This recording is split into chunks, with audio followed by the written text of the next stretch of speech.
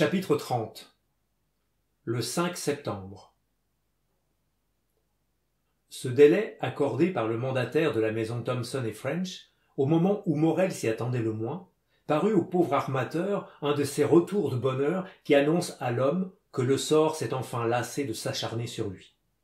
Le même jour, il raconta ce qui lui était arrivé à sa fille, à sa femme et à Emmanuel, et un peu d'espérance, sinon de tranquillité, rentra dans la famille.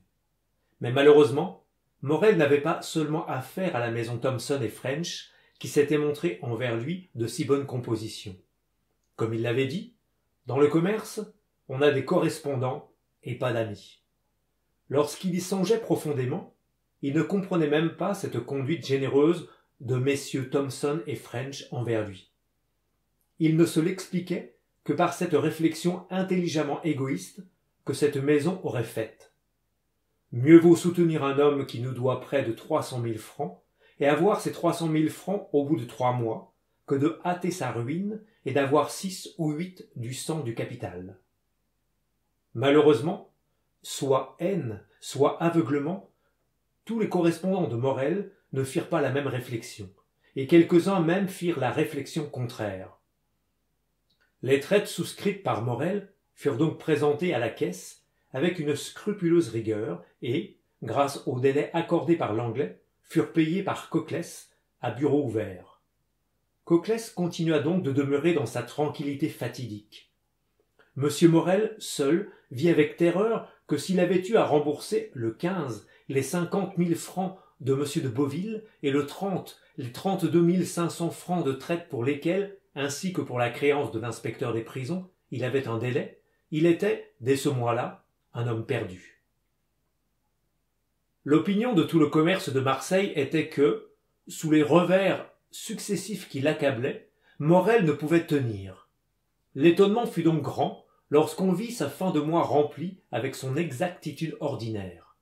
Cependant, la confiance ne rentra point pour cela dans les esprits, et l'on remit d'une voix unanime à la fin du mois prochain la déposition du bilan du malheureux armateur.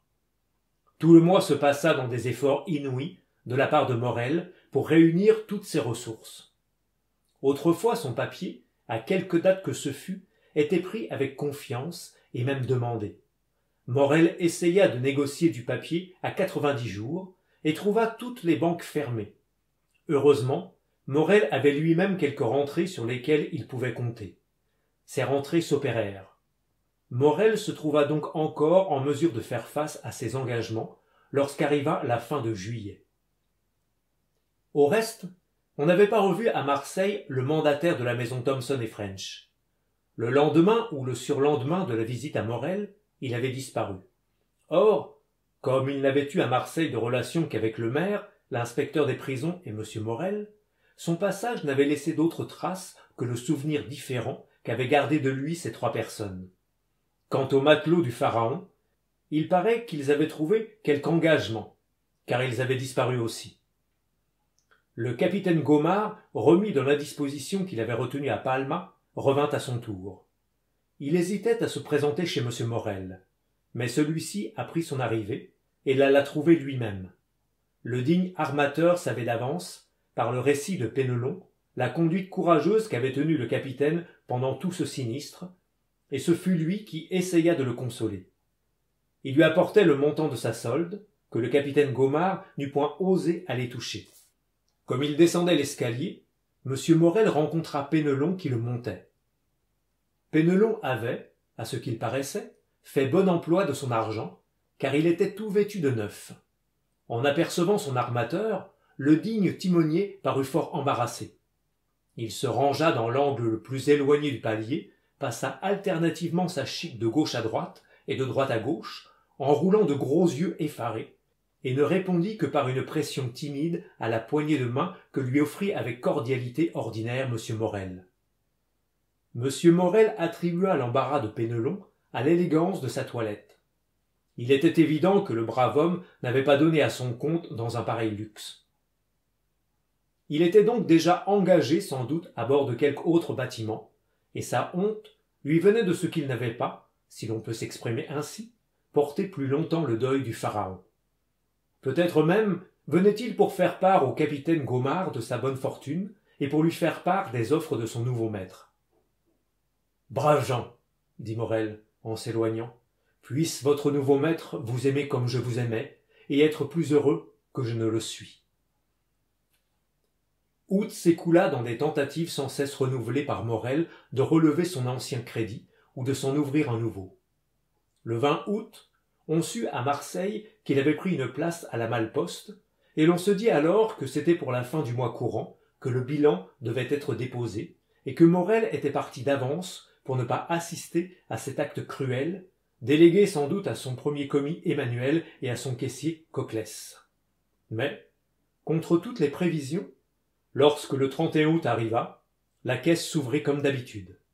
Coclès apparut derrière le grillage, calme comme le juste d'Horace, examina avec la même attention le papier qu'on lui présentait, et, depuis la première jusqu'à la dernière, paya les traites avec la même exactitude. Il vint même 2 remboursements qu'avait prévus M. Morel, et que Coclès paya avec la même ponctualité que les traites qui étaient personnelles à l'armateur. On n'y comprenait plus rien, et l'on remettait, avec la ténacité particulière aux prophètes de mauvaises nouvelles, la faillite à la fin de septembre. Le 1er, Morel arriva. Il était attendu par toute sa famille, avec une grande anxiété. De ce voyage à Paris devait surgir sa dernière voie de salut. Morel avait pensé à Danglars, aujourd'hui millionnaire et autrefois son obligé, puisque c'était à la recommandation de Morel que Danglars était entré au service du banquier espagnol, chez lequel il avait commencé son immense fortune. Aujourd'hui, Danglars, disait-on, avait 6 ou 8 millions à lui, un crédit illimité. Danglars, sans tirer un écu de sa poche, pouvait sauver Morel. Il n'avait qu'à garantir un emprunt, et Morel était sauvé. Morel avait depuis longtemps pensé à Danglars, mais il y a de ces répulsions instinctives dont on n'est pas maître, et Morel avait tardé autant qu'il lui avait été possible de recourir à ce suprême moyen. Et Morel avait eu raison, car il était revenu brisé sous l'humiliation d'un refus. Aussi, à son retour, Morel n'avait-il exhalé aucune plainte, proféré aucune récrimination.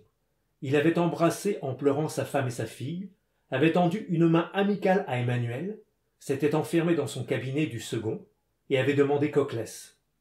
« Pour cette fois, avaient dit les 2 femmes à Emmanuel, nous sommes perdus. » Puis, dans un court conciliabule tenu entre elles, il avait été convenu que Julie écrirait à son frère en garnison à Nîmes d'arriver à l'instant même.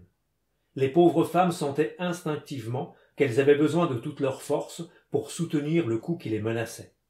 D'ailleurs, Maximilien Morel, quoique âgé de 22 ans à peine, avait déjà une grande influence sur son père. C'était un jeune homme ferme et droit. Au moment où il s'était agi d'embrasser une carrière, son père n'avait point voulu lui imposer d'avance un avenir et avait consulté les goûts du jeune Maximilien. Celui-ci avait alors déclaré qu'il voulait suivre la carrière militaire. Il avait fait, en conséquence, d'excellentes études, était entré par le concours à l'école polytechnique et en était sorti sous-lieutenant au 53e de ligne. Depuis 1 an, il occupait ce grade et avait promesse d'être nommé lieutenant à la première occasion. Dans le régiment, Maximilien Morel était cité comme le rigide observateur non seulement de toutes les obligations imposées aux soldats, mais encore de tous les devoirs proposés à l'homme, et on ne l'appelait que le stoïcien. Il va sans dire que beaucoup de ceux qui lui donnaient cette épithète la répétaient pour l'avoir entendue, et ne savaient pas même ce qu'elle voulait dire. C'était ce jeune homme que sa mère et sa sœur appelaient à leur aide pour les soutenir dans la circonstance grave où elles sentaient qu'elles allaient se trouver. Elle ne s'était pas trompée sur la gravité de cette circonstance, car, un instant après, que M. Morel fut entré dans son cabinet avec Coclès, Julie en vit sortir ce dernier pâle, tremblant, et le visage tout bouleversé. Elle voulut l'interroger comme il passait près d'elle, mais le brave homme continua de descendre l'escalier avec une précipitation qui ne lui était pas habituelle. Se contenta de s'écrier, en levant les bras au ciel, « Oh, mademoiselle, mademoiselle, quel malheur affreux, et qui jamais aurait cru cela ?» Un instant après, Julie le vit remonter portant 2 ou 3 gros registres, un portefeuille et un sac d'argent. Morel consulta les registres, ouvrit le portefeuille, compta l'argent. Toutes ses ressources montaient à 6 ou 8 000 francs, ses rentrées jusqu'aux 5 à 4 ou 5 000, ce qui faisait, en cotant au plus haut, un actif de 14 000 francs pour faire face à une traite de 287 500 francs. Il n'y avait pas même moyen d'offrir un pareil acompte. Cependant, lorsque Morel descendit pour dîner, il paraissait assez calme. Ce calme effraya plus les deux femmes que n'aurait pu le faire le plus profond abattement. Après le dîner, Morel avait l'habitude de sortir. Il allait prendre son café au cercle des Phocéens et lire le Sémaphore. Ce jour-là, il ne sortit point et remonta dans son bureau. Quant à Coclès, il paraissait complètement hébété. Pendant une partie de la journée, il s'était tenu dans la cour, assis sur une pierre, la tête nue, par un soleil de 30 degrés. Emmanuel essayait de rassurer les femmes, mais il était mal éloquent. Le jeune homme était trop au courant des affaires de la maison pour ne pas sentir qu'une grande catastrophe pesait sur la famille Morel. La nuit vint. Les deux femmes avaient veillé, espérant qu'en descendant de son cabinet, Morel entrerait chez elles. Mais elles l'entendirent passer devant leur porte, allégeant son pas dans la crainte sans doute d'être appelé. Elles prêtèrent l'oreille. Il rentra dans sa chambre et ferma sa porte en dedans. Madame Morel envoya coucher sa fille, puis, une demi-heure après que Julie se fut retirée, elle se leva, ôta ses souliers et se glissa dans le corridor pour voir par la serrure ce que faisait son mari. Dans le corridor, elle aperçut une ombre qui se retirait. C'était Julie qui, inquiète elle-même, avait précédé sa mère. La jeune fille alla à madame Morel. « Il écrit, » dit-elle. Les deux femmes s'étaient devinées sans se parler. Madame Morel s'inclina au niveau de la serrure. En effet, Morel écrivait. Mais ce que n'avait pas remarqué sa fille, madame Morel le remarqua, elle, c'est que son mari écrivait sur du papier marqué. Cette idée terrible lui vint qu'il faisait son testament. Elle frissonna de tous ses membres, et cependant elle eut la force de ne rien dire. Le lendemain, M. Morel paraissait tout à fait calme. Il se tint dans son bureau comme à l'ordinaire, descendit pour déjeuner comme d'habitude. Seulement, après son dîner, il fit asseoir sa fille près de lui, prit la tête de l'enfant dans ses bras et la tint longtemps contre sa poitrine. Le soir, Julie dit à sa mère que, quoique calme en apparence, elle avait remarqué que le cœur de son père battait violemment. Les 2 autres jours s'écoulèrent à peu près pareils.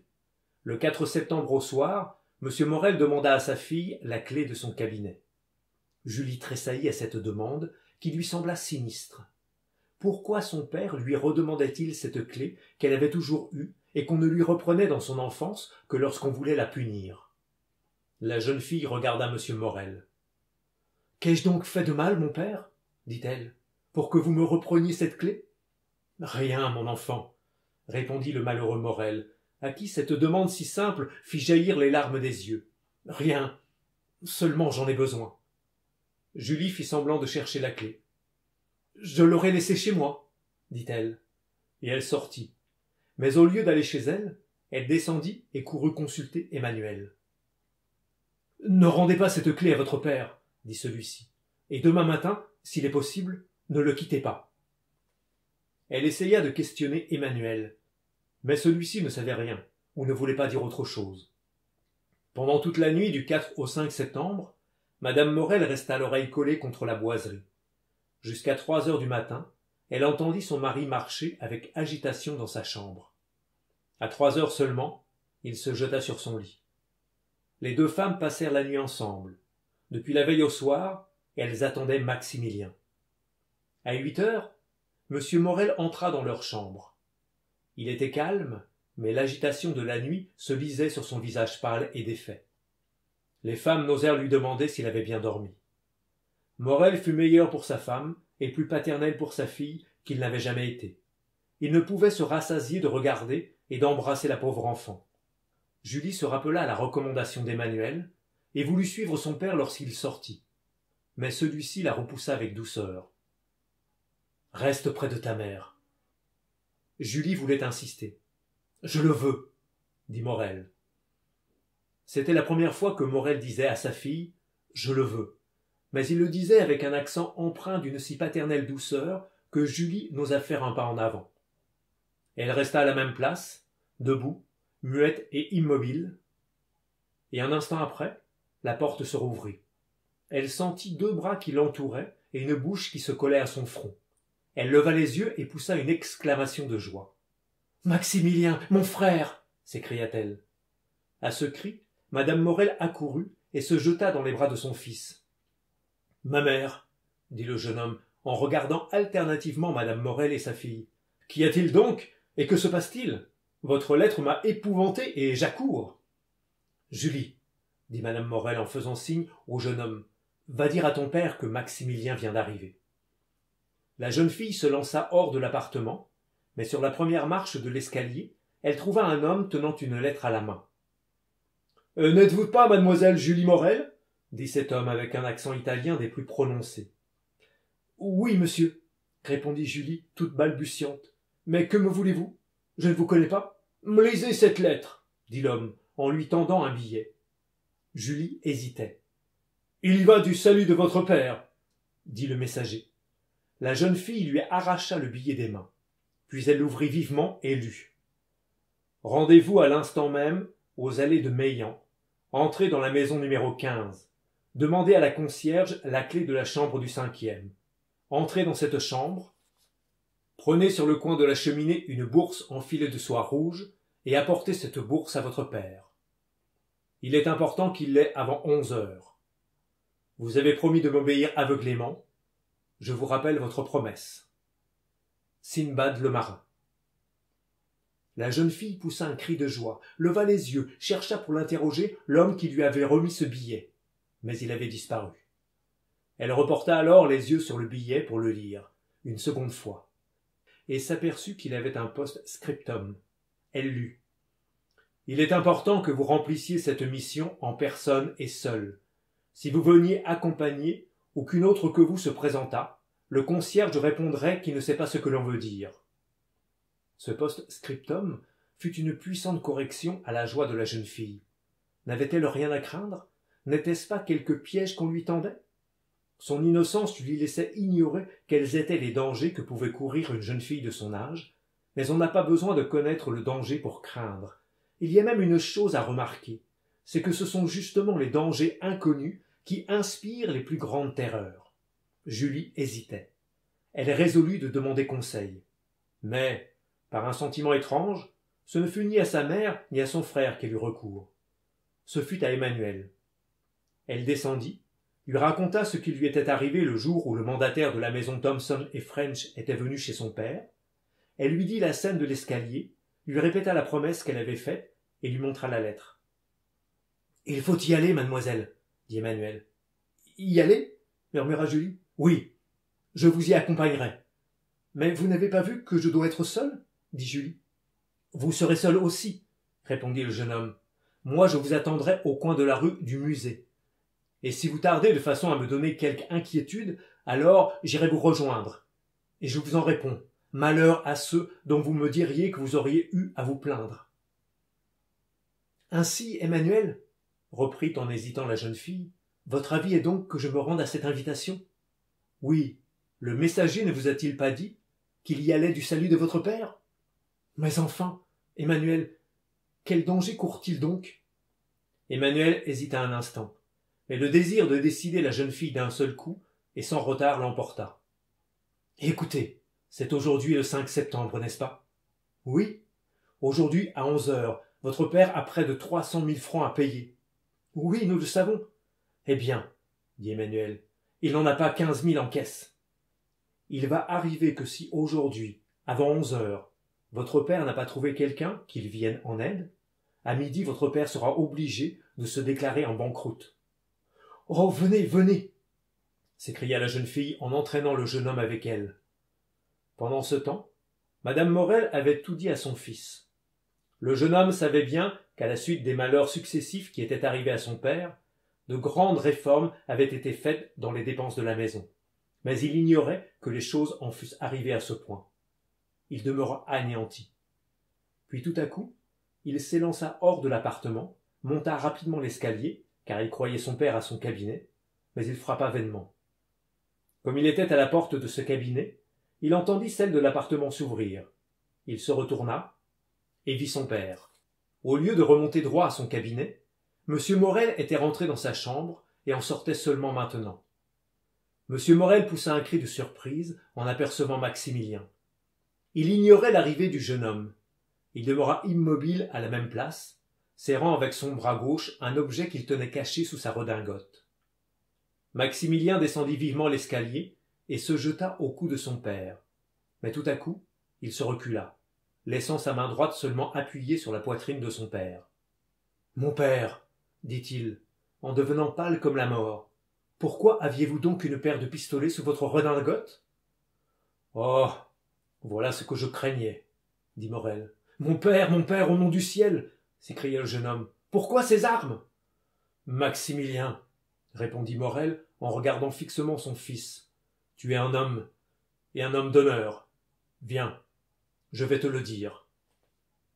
Et Morel monta d'un pas assuré à son cabinet, tandis que Maximilien le suivait en chancelant. Morel ouvrit la porte et la referma derrière son fils, puis il traversa l'antichambre, s'approcha du bureau, déposa ses pistolets sur le coin de la table et montra du bout du doigt à son fils un registre ouvert. Sur ce registre était consigné l'écart exact de la situation. Morel avait à payer, dans une demi-heure, 287 500 francs. Il possédait en tout 15 257 francs. « Lis, » dit Morel. Le jeune homme lut et resta un moment comme écrasé. Morel ne disait pas une parole. Qu'aurait-il pu dire qui ajouta à l'inexorable arrêt des chiffres? « Et vous avez tout fait, mon père, dit au bout d'un instant le jeune homme, pour aller au-devant de ce malheur? Oui, répondit Morel. Vous ne comptez sur aucune rentrée? Sur aucune. Vous avez épuisé toutes vos ressources? Toutes. Et dans une demi-heure, dit Maximilien d'une voix sombre, notre nom est déshonoré? Le sang lave le déshonneur, dit Morel. Vous avez raison, mon père, et je vous comprends. Puis, étendant la main vers les pistolets, il y en a un pour vous et un pour moi, dit-il. Merci. Morel lui arrêta la main. Et ta mère, et ta sœur, qui les nourrira? Un frisson courut par tout le corps du jeune homme. Mon père, dit-il, songez-vous que vous me dites de vivre? Oui, je te le dis, reprit Morel, car c'est ton devoir. Tu as l'esprit calme et fort, Maximilien. Maximilien, tu n'es pas un homme ordinaire. Je ne te commande rien, je ne t'ordonne rien, seulement je te dis. Examine la situation comme si tu étais étranger, et juge-la toi-même. Le jeune homme réfléchit un instant, puis une expression de résignation sublime passa dans ses yeux. Seulement, il ôta d'un mouvement lent et triste son épaulette et sa contre-épaulette, un signe de son grade. « C'est bien, dit-il en tendant la main à Morel. « Mourez en paix, mon père. Je vivrai. » Morel fit un mouvement pour se jeter aux genoux de son fils. Maximilien l'attira à lui, et ces deux nobles cœurs battirent un instant l'un contre l'autre. « Tu sais qu'il n'y a pas de ma faute, » dit Morel. Maximilien sourit. « Je sais, mon père, que vous êtes le plus honnête homme que j'ai jamais connu. »« C'est bien. Tout est dit. Maintenant retourne près de ta mère et de ta sœur. »« Mon père, » dit le jeune homme en fléchissant le genou, « bénissez-moi. » Morel saisit la tête de son fils entre ses deux mains, l'approcha de lui, et y imprimant plusieurs fois ses lèvres, « Oh oui, oui, dit-il, je te bénis en mon nom, et au nom de 3 générations d'hommes irréprochables. Écoute donc ce qu'ils te disent par ma voix. L'édifice que le malheur a détruit, la Providence peut le rebâtir.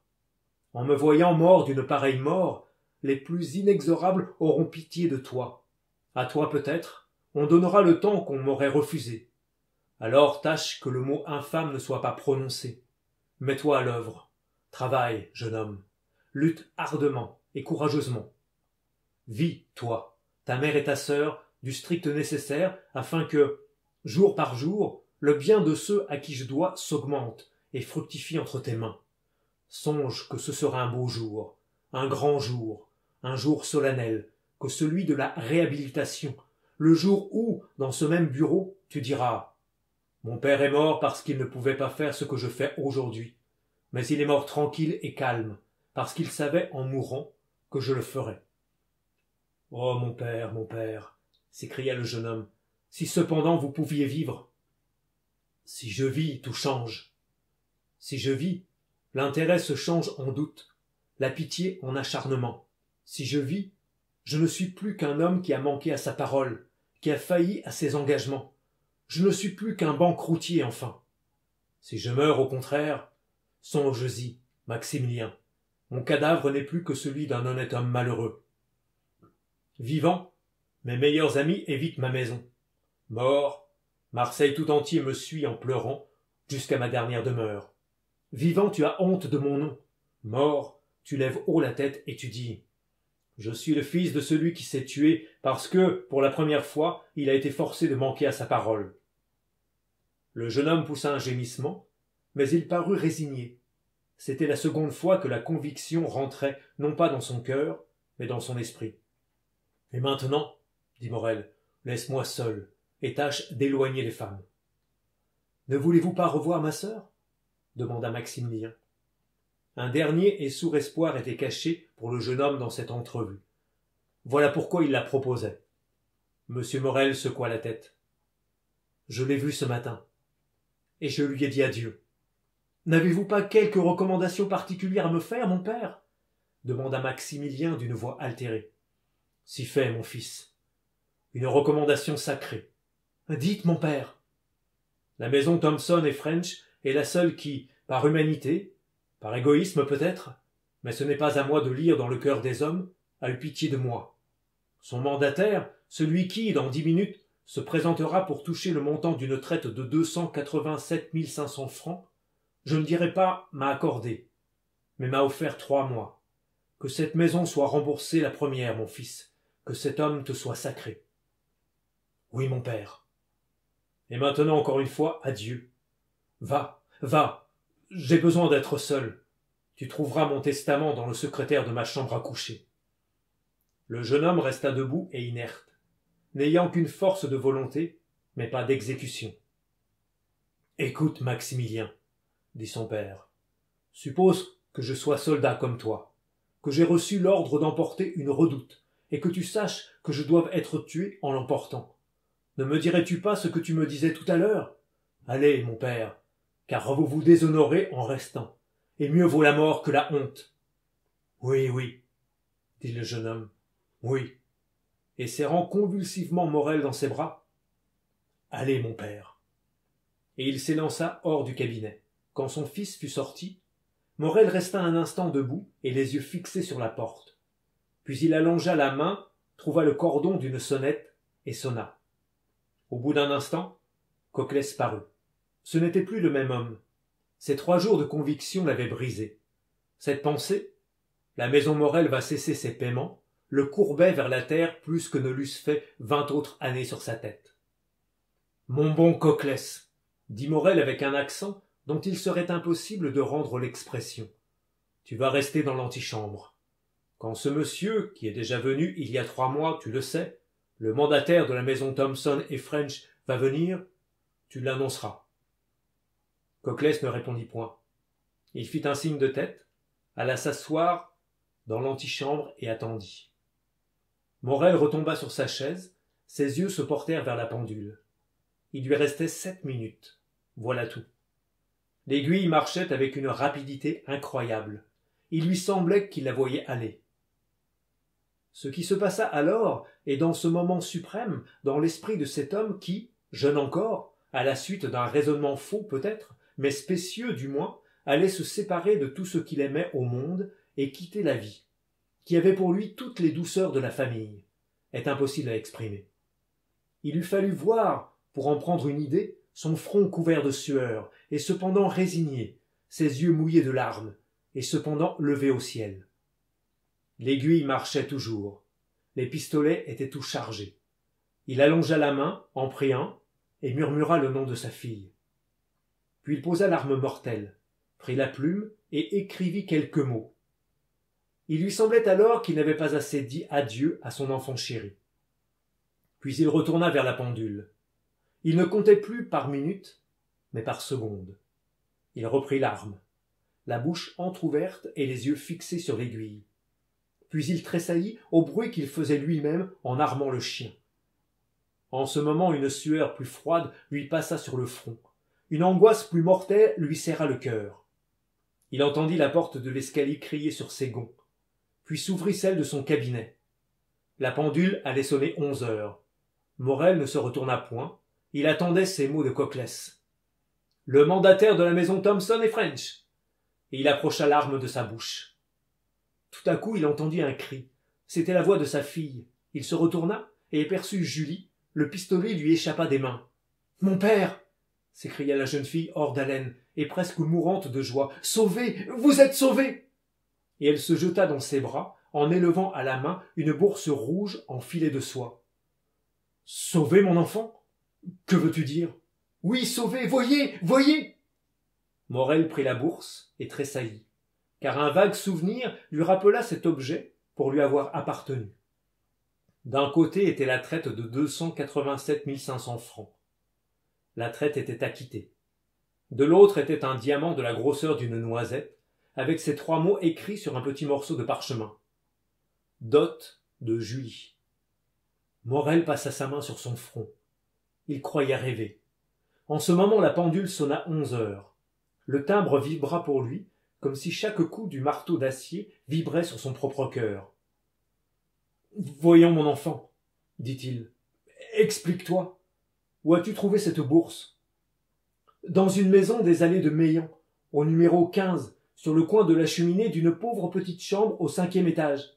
« Mais, s'écria Morel, cette bourse n'est pas à toi ?» Julie tendit à son père la lettre qu'elle avait reçue le matin. « Et tu as été seul dans cette maison ?» dit Morel après l'avoir lue. « Emmanuel m'accompagnait, mon père. Il devait m'attendre au coin de la rue du Musée. Mais, chose étrange, à mon retour, il n'y était plus. « Monsieur Morel !» s'écria une voix dans l'escalier. « Monsieur Morel !»« C'est sa voix, » dit Julie. En même temps, Emmanuel entra, le visage bouleversé de joie et d'émotion. « Le pharaon !» s'écria-t-il. « Le pharaon !»« Eh bien quoi, le pharaon ? Êtes-vous fou, Emmanuel ? Vous savez bien qu'il est perdu. »« Le pharaon, monsieur ! On signale le pharaon ! Le pharaon entre dans le port !» Morel retomba sur sa chaise. Les forces lui manquaient. Son intelligence se refusait à classer cette suite d'événements incroyables, inouïs, fabuleux. Mais son fils entra à son tour. « Mon père !» s'écria Maximilien. « Que disiez-vous donc que le pharaon était perdu ?